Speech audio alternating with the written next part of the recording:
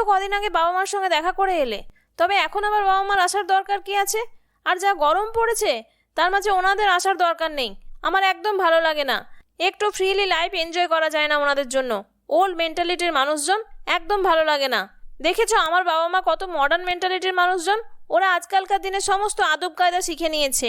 আর তোমার বাবা মাকে দেখো, সেই গ্রামে থাকে, ওই গ্রাম্য মেন্টালিটির মানুষজনই রয়ে গেলেন। এই কবে দেখা করে এলাম মানে? আমি তো বাড়ি গিয়েছিলাম প্রায় 1 বছর হয়ে গেল। আর আমি আমার বাবা মার একমাত্র সন্তান, তাই আমার বাবা মা আমার সঙ্গে দেখা করতে আসতে পারেন। কই, যখন তোমার বাবা মা আসে আমি তো কিছু বলি না, তাহলে তুমি সবসময় কেন আপত্তি করো? কেননা তোমার বাবা মা অত্যন্ত ওল্ড মেন্টালিটির মানুষ, আর আমার বাবা মা মডার্ন মেন্টালিটির মানুষ।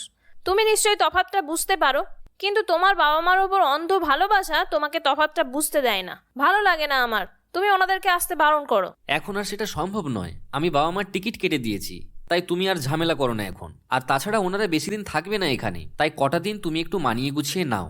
আমার আর কিছু বলার নেই। এই শুনে সঙ্গীতা রীতিমতো রাগ করে নিজের রুমে চলে গেল এবং গিয়ে নিজের মায়ের সঙ্গে ফোনে কথা বলতে লাগলো। মা শোনো, আমার শ্বশুর শাশুড়ি আসছে কালকে। ভালো লাগে না আমার। এক্ষুনি এসে কিটমিট শুরু করে দেবেন। ভালো লাগে না। কি দরকার আছে বলো ওনাদের আসার এখন এই গরমের মধ্যে? কি করি বলো তো? দেখ সঙ্গীতা, ওনারা তো বেশি দিন তোদের সঙ্গে থাকেন না, তাই আসছে যখন তুই আর আপত্তি করিস না। একটু মানিয়ে নিতে শেখ। আর তাছাড়া আমার জামাই খুব ভালো মানুষ, এটা দেখেই আমি তোর বিয়ে দিয়েছিলাম। আর তাছাড়া তোর শ্বশুর শাশুড়িও অত্যন্ত ভালো মানুষ। কেন যে তুই এরকম করিস আমি বুঝতে পারি না। তুই কখনো দেখেছিস তোর ঠাকুমা বা দাদুর সঙ্গে আমি এরকম ব্যবহার করেছি? তুমি আমার ঠাকুমা দাদুর সঙ্গে এনাদের তুলনা করছো? আমার ঠাকুমা দাদু অত্যন্ত ভালো মানুষ ছিলেন, এরকম গ্রামের মানুষ ছিলেন না। ওনারা চিরকাল গ্রামে থেকে এসেছেন, তাই ওনারা গ্রামের মানুষ। আমরা শহরে থাকি, তাই আমরা শহরের মানুষ। এটা তো খুবই সিম্পল। তার মানে এই তো না যে সবাইকেই শহরে থাকতে হবে। তুই আর ঝামেলা করিস না মা, একটু অ্যাডজাস্ট করতে শেখ। ঠিক আছে, তুমি ফোনটা রাখো তো। তোমার সাথে কথা বলতে আমার একদম ইচ্ছে করছে না। এর থেকে আমি বাপিকে ফোন করে নিতে পারতাম, অ্যাটলিস্ট বাপি আমাকে বুঝতো। তোর বাপিই তো তোকে আদর দিয়ে দিয়ে একদম বাঁদর করে তুলেছে। যখন যা আবদার করেছিস তখন তাই দিয়ে গেছে, তাই তুই এরকম হয়েছিস। কারোর সঙ্গে অ্যাডজাস্ট করতে পারিস না। যখন তুই হোস্টেলে পড়াশোনা করতিস তখন তোর জন্য সিঙ্গেল রুম নিতে হয়েছিল আমাদের, কেননা তুই কারোর সঙ্গে অ্যাডজাস্ট করতে পারিস না। তোর বাপি এই জন্য তোর বিয়েও দিয়েছে এমন জায়গায় যেখানে মেয়ে জামাই একসঙ্গে থাকবে, আর কেউ থাকবে না। তোর বাপির জন্যই তোর এরকম অবস্থা। এই বলে সঙ্গীতা ফোন রেখে দিল এবং সে রাগে ফুঁসতে লাগলো। সে বুঝতে পারছিল না কি করবে আর কি করবে না, কেননা তার ছোটবেলা থেকে একটা খারাপ অভ্যেস ছিল যে সে কারোর সঙ্গে অ্যাডজাস্ট করতে পারতো না। আর যেহেতু শহরে মানুষ হয়েছিল, তাই গ্রাম্য মেন্টালিটির মানুষজনদেরকে একদমই পছন্দ করতো না এবং গ্রামে থাকতেও পছন্দ করতো না। যদিও তার গ্রামে বিয়ে হয়েছিল, কিন্তু বরাবরই তুষার শহরেই থাকতো। পরদিন সকালবেলা সঙ্গীতার শ্বশুর শাশুড়ি এলো গ্রাম থেকে। তুষার তাদেরকে স্টেশন থেকে নিতে গিয়েছিল।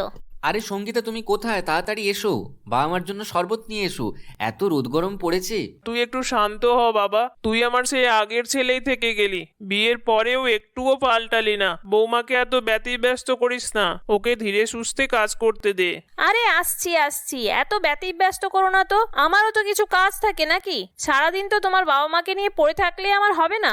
আর তাছাড়া শরবত এখন কে খায়? ওই জন্য আমি কোল্ড ড্রিঙ্কস নিয়ে আসছি। কোল্ড ড্রিঙ্কস তো আমরা খাই না মা, তুমি ব্যস্ত হয়েও না। তুমি বসো, আমি সবার জন্য শরবত বানিয়ে নিয়ে আসছি। মা, তুমি অনেক পরিশ্রম করে এসেছো, তোমাদের বয়স হয়েছে, তোমরা পারবে না। আমার বাড়িতে যতদিন আছো অ্যাটলিস্ট আমি করতে দেবো না তোমাদের। আমি বরং মিনতিকে বলছি, ও সবার জন্য শরবত বানিয়ে নিয়ে আসবে। মিনতি, সবার জন্য শরবত নিয়ে আয়। মিনতি, আমার জন্য কোল্ড ড্রিঙ্কস নিয়ে আসবি। আমি শরবত খাই না। দেখো তো বৌমা, তোমাদের জন্য আমি কি নিয়ে এসেছি গ্রাম থেকে। দেখো, আচার, মোরব্বা, তেঁতুল, রাবড়ি, বাড়িতে বানানো ঘি, এগুলো তোমরা খাবে, খুব ভালো লাগবে। আর তাছাড়া আমার ছেলে মোরব্বা খেতে খুব ভালোবাসে। এসব কেন নিয়ে এসেছেন আপনি? যত সব আনহাইজেনিক ভাবে তৈরি হয় আপনাদের গ্রামে, আমি একদম এসব পছন্দ করি না। আর আমরা এসব খাইও না।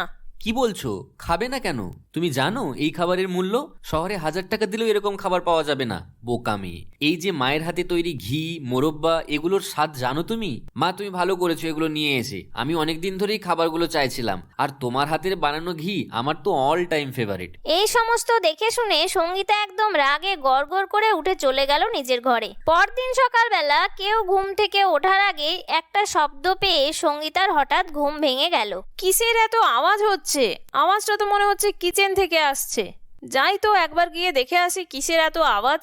সঙ্গীতা কিচেনে গিয়ে দেখে তার শাশুড়ি মা লুচি আলুর দম এসব বানাচ্ছে। সেই সব দেখে সঙ্গীতা বলল, মা, আপনি কেন এত অয়েলি খাবার বানাচ্ছেন? আর তাছাড়া আপনি এত সকাল উঠেছেন কেন? আমরা তো অনেক বেলা করে উঠি। আপনার ছেলে খেয়ে নিয়ে অফিসে চলে যায়, তারপর আমি ঘুম থেকে উঠি। আপনার জন্য সকাল সকাল ঘুমটা ভেঙে গেল।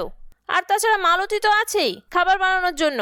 আপনার বানানোর কি দরকার? এটাই আপনাদের গ্রামের মানুষজনদেরকে নিয়ে প্রবলেম। আপনারা সমস্ত কাজ নিজে করতে চান, তাহলে এত টাকা দিয়ে আমি মেড রেখেছি কেন? আসলে বৌমা, অনেক দিন পরে তোমাদের এখানে এলাম তো, আর আমার ছেলেটা লুচি আলুর দম খেতে খুব ভালোবাসে। তাই ভাবলাম ওর অফিসে যাওয়ার আগে নিজে হাতে একটু বানিয়ে দিই। ঠিক আছে বৌমা, কালকে থেকে আর এরকমটা হবে না। এই বলে সঙ্গীতার শাশুড়ি মনের দুঃখে নিজের ঘরে চলে গেল। কিছুক্ষণ পর আবার কিছু আওয়াজ পেল সঙ্গীতা, এবং সে বেরিয়ে এলো। এসে দেখলো তার শাশুড়ি মা ঘর পরিষ্কার করছেন। মা, আপনাকে বলেছি তো সকালবেলা এই সমস্ত কাজ করার দরকার নেই আপনার। এই সমস্ত কাজ বাড়ির মেডরা করে, আপনি শুধু শুধু করছেন কেন? ওরা ভ্যাকিউম ক্লিনার দিয়ে বাড়ি এক্ষুনি পরিষ্কার করে দেবে। আপনার এই ঝাড়ু নেতা এগুলোর কোনো দরকার নেই। এগুলো সব মডিউলার হাউস, এখানে ভ্যাকিউম ক্লিনার দিয়ে সব পরিষ্কার হয়। আপনাদের নিয়ে যে কি করি ভালো লাগে না আমার কিছু। সঙ্গীতা আর তুষার দুজনে ব্রেকফাস্ট করছিল। এমন সময় সঙ্গীতা দেখে তার শ্বশুর মশাই বাজার থেকে কিছু টাটকা শাকসবজি নিয়ে আসছে। বাবা, তুমি রোদের মধ্যে বাজারে গিয়েছিলে কেন? তুমি আমাকে বলতে পারতে, আমি বাজার আনিয়ে দিতাম। আর তাছাড়া রঘু প্রতিদিন আমাদের বাজার দিয়ে যায়। আরে বাবা, আমি পাশের বাজারে গিয়েছিলাম, আমার কোনো কষ্ট হয়নি। আর তাছাড়া বাজার তো খুব কাছেই। তাছাড়াও তো অনেকদিন হলো তোকে বাজার করে খাওয়াইনি, তাই আমারও তো কিছু ইচ্ছে হয় বাবা। ওই জন্য বাজার থেকে একদম টাটকা শাকসবজি কিনে নিয়ে এসেছি, আর একদম জ্যান্ত মাছ কিনে নিয়ে এসেছি। তুই তো খুব ভালোবাসিস। হ্যাঁ বাবা, এগুলো তো আমার খুবই পছন্দের, কিন্তু তোমার কষ্ট হবে সেই কথা ভেবেই বললাম। দেখো দেখো, তোমার বাবা মার কাণ্ড দেখো। সকাল থেকে কেউ ঝাড়ু দিচ্ছেন, কেউ বাজার করছেন, কেউ খাবার বানাচ্ছেন। আমার তো পাগল পাগল লাগছে। বাড়ির লোকেরা যদি এই সমস্ত কাজ করবে, মেয়েরা কি করবে? আমি আর এনাদেরকে নিতে পারছি না, জাস্ট যথেষ্ট হয়েছে। সঙ্গীতার মুখে এই সমস্ত কথা শুনে তুষারের বাবা মা খুবই কষ্ট পেল। এরকম ভাবে 2-3 দিন কেটে গেল। একদিন সকালবেলা, বাবা, অনেক দিন তো হলো তোদের এখানে আছি, আর তাছাড়া বাড়িতে সব কিছুই আছে। এবার আমরা বাড়ি চলে যাব, আর এখানে ভালো লাগছে না। তাছাড়া তোদের এখানকার জীবনযাত্রার ধরন অনেকটাই আলাদা আমাদের থেকে, একটুও মেলেই না। তাই আমার আর এখানে থাকতে ভালো লাগছে না। আমরা আর এখানে থাকতে পারবো না। আর তাছাড়া বৌমাও খুশি না আমরা এখানে আছি বলে। আমাদের বয়স হয়েছে, আমরা বুঝতে পারি বাবা। তাই আমরা ঠিক করেছি আজই চলে যাব। তোর বাবা টিকিট কাটতে গেছে স্টেশনে। কি সব পাগলের মতো উল্টোপাল্টা বলছো? তোমরা একদম যাচ্ছ না এখন। আর সঙ্গীতার ব্যবহারের জন্য আমি খুব লজ্জিত। আর বাবা টিকিট করতে গেছে মানে? আমি তোমাদের একমাত্র সন্তান। তোমরা কত যত্ন করে আমাকে মানুষ করেছো, আমি থাকতে বাবা টিকিট করতে যাবে কেন? এখন যাবেই বা কেন? আমি তোমাদেরকে একদম যেতে দেব না। তাহলে আমিও তোমাদের সঙ্গে গ্রামে চলে যাব। তুমি গ্রামে চলে যাবে মানে? এখানে আমাদের এত বড় বাড়ি গাড়ি, তোমার জব সবই তো এখানে। তুমি গ্রামে গিয়ে কি করবে? চাষ করবে? তাহলে আমিও কিন্তু বাপের বাড়ি চলে যাব, বলে দিলাম তোমাকে। এই সবই কথা হচ্ছিল। হঠাৎ করে সঙ্গীতার বাবা মা এসে হাজির হলো বেআই বিয়ানের সঙ্গে দেখা করতে। সঙ্গীতা, এসব কি বলছিস? এগুলো কি কথা? তোর কোনো জ্ঞান আছে না জ্ঞান নেই কিছু? কার সঙ্গে কিরকম কথা বলতে হয় সেটাই ভুলে গেছিস? কিচ্ছু জানিস না? আর তোর শ্বশুর মশাই এবং শাশুড়ি মা যথেষ্ট ভদ্রলোক এবং যথেষ্ট ভালো মানুষ। তুষার অনেক ভালো ছেলে, তাই তোকে এত সহ্য করছে। আর এই সমস্ত দোষই আমাদের। আমরাই তোকে ঠিকমতো মানুষ করে শিক্ষা দিতে পারিনি, তাই তোর এরকম অবনতি হয়েছে। আমি ভাবলাম বেআই বেআইনের সঙ্গে একবার দেখা করে আসি। ভাগ্যিস এলাম, তাই জানতে পারলাম তোর এইরকম দিকটা। তুমি না গিন্নি, আমি মেয়েটাকে লাই দিয়ে মাথায় তুলেছিলাম। ওই জন্যই মেয়েটা কারোর সঙ্গে অ্যাডজাস্ট করতে পারে না। আজকে আমি বুঝতে পারছি আমি কি ভুল করেছি। সঙ্গীতা মা, তোকে একটা কথা বলি, গুরুজনদের সঙ্গে সবসময় ঠিকঠাক ব্যবহারটা করিস, নইলে তোর নেক্সট জেনারেশন কি শিখবে?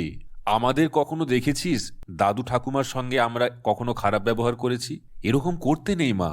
আর তাছাড়া তুষার হচ্ছে ওর বাবা মার একমাত্র সন্তান, তাই তুষার কি করে সহ্য করবে বাবা মার এরকম অপমান?